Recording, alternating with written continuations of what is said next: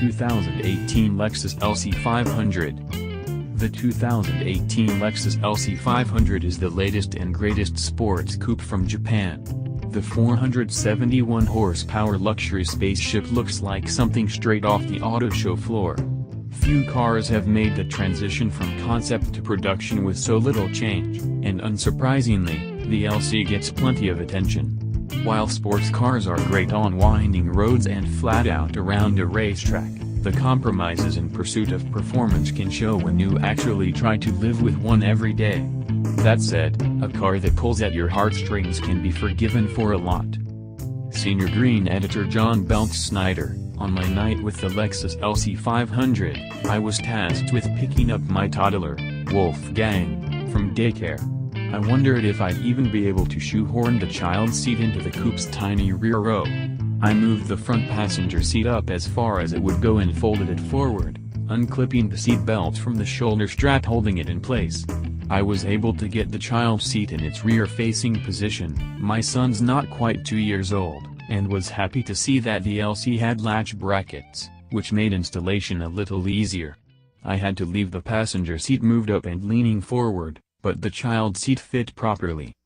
When I escorted Wolfgang out of daycare and to his ride, he said, "Crazy car, Papa." Then I had to climb in the rear seat on the driver's side to clip him in. Totally worth it, though. He loved the car, and wanted to check it out more completely when we got home. And the LC500 got a lot of looks from other motorists. Rubberneckers slowed down to check out the car on Woodward, and lingered as they passed me on the highway. The one thing I couldn't share with them was the full song of the car's 5.0-liter V8. Only in a couple instances when I was alone on a clear, country road could I mash the right pedal to enjoy the throaty sound of the exhaust as the engine revved to the top.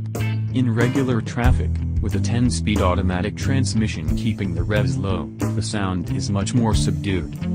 Editor-in-Chief Greg Migliore: the LC500 is one of the most drop-dead gorgeous cars I've driven this year.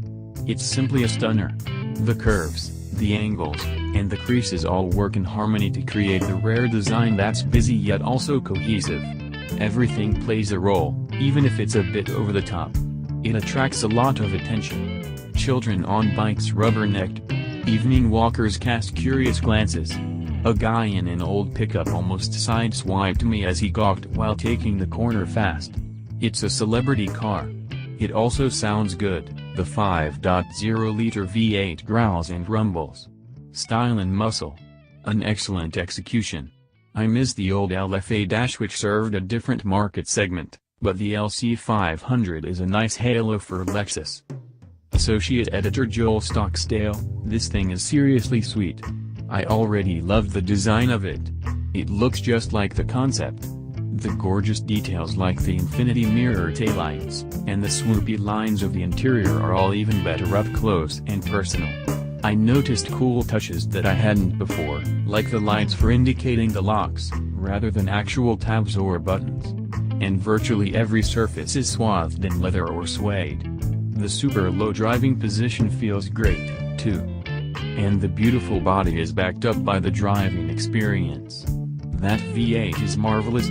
It roars and bellows in all the right ways, and it just pulls harder and sounds better as you take it up the rev band. And when downshifting manually, the engine blips so you can hear it all again as you slow to a stop. Don't just take my word for it, though. A guy in a Jeep Cherokee told me that it looks fun and it sounds even more so. Toss and quick, responsive steering, restrained body roll, and a smooth ride, and you have an incredible grand tourer. This car genuinely feels like something special, so much so that I think that Lexus could charge more for it and it would still feel like an appropriate amount of money. Of course, going much above its roughly $100,000 price tag would probably make it tough to attract new buyers, since Lexus doesn't have the sports or GT reputation that Mercedes and Aston Martin have. Oh well, this just means there's a better chance I'll be able to pick up a cheap one in 20 years or so. Maybe.